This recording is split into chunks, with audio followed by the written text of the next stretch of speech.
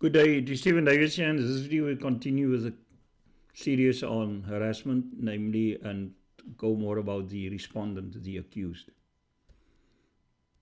Please read this warning and indemnity, and if you do not agree with it, then you please stop watching the series or this videos. It basically boils down to that.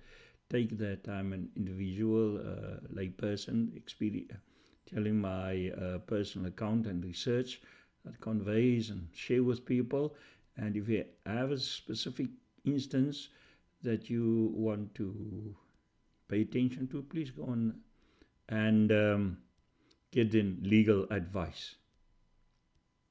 Please read it through, and if you agree, continue. The parties involved, just to recap, is a complainant, and on the other hand, you get the respondents. Now, in this case, we focus on the respondent in this video. The previous video, we focused on the complainant. The respondent means any person against whom proceedings are instituted. You are accused of harassment.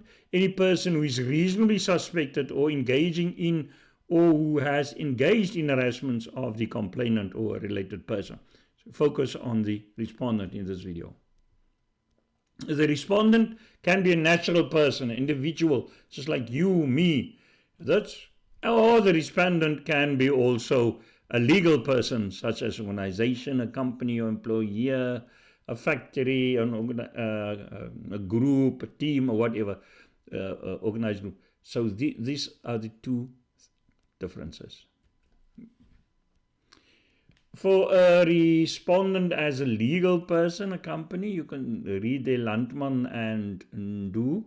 There's a Protection from Harassment Act. There's an article. I give you these references so that you can also read further if you that minded, or if you want to go further, and also show that this is not dummy. I done my research, ne? And the High Court agrees with us in the following case. Now, the related defenses that you can use. If someone come and accuse you of harassment, and as I say, I ordered some, I supplied some court cases. Number one, it's not me, it's person X. I'm not the harasser.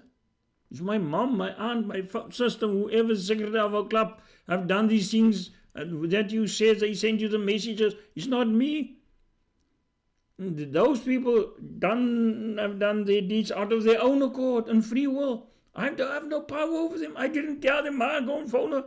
I just tell my mom, Mama, this is what happened. Mom, pick up the phone. Hey, man, can you behave, can you control old auntie that's angry? No, you can't. I've got no power over that. I try, Ma, don't do it, but she done it.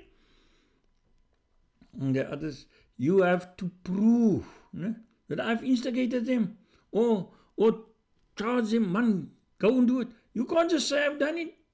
I didn't do it. I'm not the harasser, It is official was doing his work and performing a legal duty, The sheriff of the court, he came to me, an example. He went to drop off papers. He asked me, where can I get that person? I simply told him, you want to charge someone, charge the sheriff, it's not me. A municipal officer came and asked me where they can get you because your building is causing a safety hazard. I told him, I must told him. But if you want, go and get the municipal official police came to me to notify them when I see you, I complied. I was looking for that person, for Mr. X, Mr. You must tell us. How can he say police officer? I cannot answer for the actions. If there is harassment, charge them. I'm not the harasser.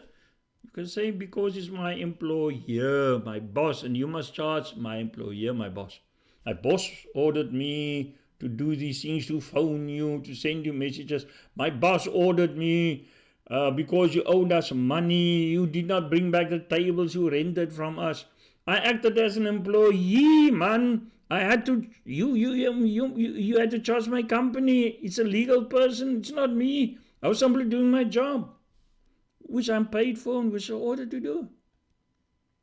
And these are the references where people argue that the respondent can be natural and the legal person, as well as the references of the High Court case. You just type in these references and then you get on Google, and then you get the PDF of these cases, and you look to the paragraph and the pages. Then there's also another element, and that is the principle of vicarious responsibility. According to that principle, an employee is responsible for the actions of its employees. An employer, sorry, that's a typing error. Employer is responsible for actions. The court wrote in that thing a very strange thing. If I do something on behalf of my boss and so on, you must go to my boss. The court wrote there, the legal principles underlying vicarious responsibility are well established. An employer, whether a minister of state or otherwise, will be vicariously liable for the delict of an employee if the delict is committed by the employee in the course and scope of his or her employment. The inquiry, in short, is whether the deviation was of such a degree that it can be said that in doing what he or she did, the employer was still exercising the functions to which he or she was appointed, or was still carrying out some instruction of his or her employer. If the answer is yes, the employer will be liable no matter how badly or dishonestly or negligently those functions or instructions were being exercised by the employee. So as the boss tells you something, it's no matter how ugly it is, how dirty it is, or you are performing your duty as an official. You see, this case is so strange because it was police officers who while driving the police van in the uniforms, they raped a person. And now the minister, but I didn't do it. No. The court said, you are responsible as the police because they done everything while they were employed by you in your. So it must, even in those rape cases. So if something happens, and my boss told me, no, you must go to your boss. Now there are certain questions that maybe you can ask someone if they come there and they argue in court against you. You can ask the person these following questions to establish and to show to the court, no, the accused are me. I acted on behalf of my employer, not in a personal capacity. The timing and the context of the interaction. Then you can ask, did the interactions happen during work hours, in work meetings, or in a clearly work-related situation? Did it happen then? Or did the interactions occur after work hours, where they were personally related, unrelated to? No, which one of these two? Or the communication channels used. Were the communications sent on company letterheads, official platforms? I use my work email, internal messaging systems. I use the company messages to contact you. Other company authorities, people that is known to the company always use. Did I use them? Or did I send my communications on my personal accounts, my private email, my private phone, asking, do me a favor, then you contact her? Which one of those two? Or was the employer awareness and the notification? Was the employer, my boss, my work, aware of the actions and making notification unnecessary? They knew about what was going on, so you didn't have to tell them. Having knowledge, the employer either condoned, they agree with what they done, or they failed to intervene. It was not necessary to tell them. Or was the employer unaware? He didn't know about the actions, prompting attempts to notify them. HR complaints, formal grievances. Was they aware? If they was aware and they done nothing, then it was a company thing. You can talk about the employer's response to allegations of harassment. Did the employer associate itself with the accused actions. Ne? They heard about what you said. They failed to discipline him. They supported the accused. They funded his legal defense, endorsed his behavior. They said, no, this person done that. Or did the employer take steps to disassociate themselves from the accused? No, I'm going to discipline you. They said, you're a harasser. I'm going to discipline you. I'm going to separate your parties at work. You don't contact her. You work a different shift. All these things. Ne? Did they? And this will help you, man. No, the companies. These are companies. The company was involved. The authority and representation. Did the accused, you act in an official capacity? I wasn't a manager. I was enforcing the company policy. Sees the company's interest, even if we act appropriately. But it was a company seeing that I was promoting the companies. Or did the accused acted independently without representing the companies?